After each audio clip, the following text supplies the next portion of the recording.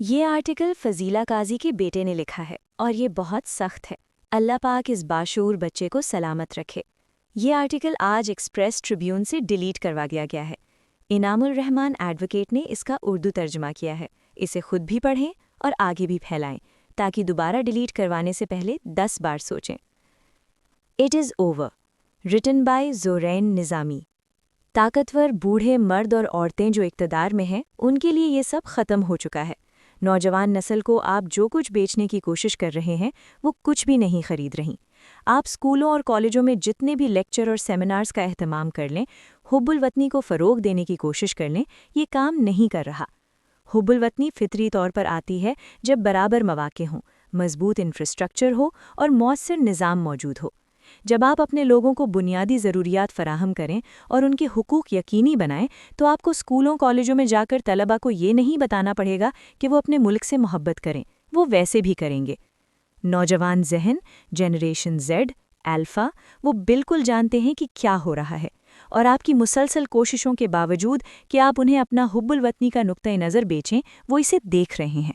Internet کی بدولت جو تھوڑی بہت تعلیم ہمارے پاس باقی ہے، اس کی بدولت آپ کی بہترین کوششوں کے باوجود کہ عوام کو جتنا ہو سکے ان پڑھ رکھا جائے، آپ ناکام ہو گئے۔ آپ ناکام ہو گئے کہ لوگوں کو بتائیں کہ وہ کیا سوچیں، وہ خود سوچ رہے ہیں۔ شاید وہ اپنے خیالات بلند آواز سے کہنے سے ڈرتے ہوں کیونکہ وہ سانس لینا پسند کرتے ہیں، لیکن وہ آپ کے خود ساختہ نیکی اور فضیلت کے نقاب کو دیکھ رہے ہیں۔ آپ طاقت سے اقتدار میں رہ سکتے ہیں لیکن لوگوں کو آپ کی کوئی پرواہ نہیں۔ آپ سیکیورٹی کے بغیر گھر سے باہر بھی نہیں نکل سکتے۔ اگر یہ آپ کی عوام میں مقبولیت کے بارے میں نہیں بتاتا تو آپ کو چیزوں کا جائزہ لینا چاہیے۔ نوجوانوں نے کافی ہو گیا ہے، اور کیونکہ انہوں نے سیکھ لیا ہے کہ وہ طاقتوروں کو چیلنج نہیں کر سکتے، وہ ملک چھوڑ رہے ہیں۔ یہ بہت مثالی ہوگا اگر سوچیں کہ وہ کرپشن کے خلاف تحریک چلائیں گے۔ وہ خاموشی سے نکل جائیں گے اور مڑ کر نہیں دیکھیں گے کیونکہ ان کے دوست جو بولے تھے خاموش کر دیے گئے۔ لیکن بومرز کے لیے یہ ختم ہو چکا ہے، ان کا کوئی مستقبل نہیں۔ نوجوان آبادی اور موجودہ حکومت کے درمیان بہت بڑا خلیج ہے، کوئی مشترکہ زمین نہیں۔ جنریشن زیڈ تیز انٹرنیٹ چاہتی ہے، اقتدار والے مضبوط فائر وال چاہتے ہیں۔ جنریشن زیڈ سستے اسمارٹ فونز چاہتی ہے، بومرز ان پر ٹیکس لگانا چاہتے ہیں۔ جنریشن زیڈ فری لانسنگ پر پابندیاں نرم چاہتی ہے، بومرز ریگولیشن بڑھانا چاہتے ہیں۔ ان کے درمیان کوئی مشترکہ نقطہ نہیں۔ یہی وجہ ہے کہ بومرز ہار گئے ہیں۔ آپ جتنی جنگیں چاہیں کروا لیں، جنریشن زیڈ ان پر میمز بنا لے گی۔ مین سٹریم میڈیا کو سینسر کر لیں، جنریشن زیڈ رمبل، یوٹیوب اور ڈسکارڈ جیسے پلیٹ فارمز پر چھلانگ لگا کر اپنی رائے دے گی۔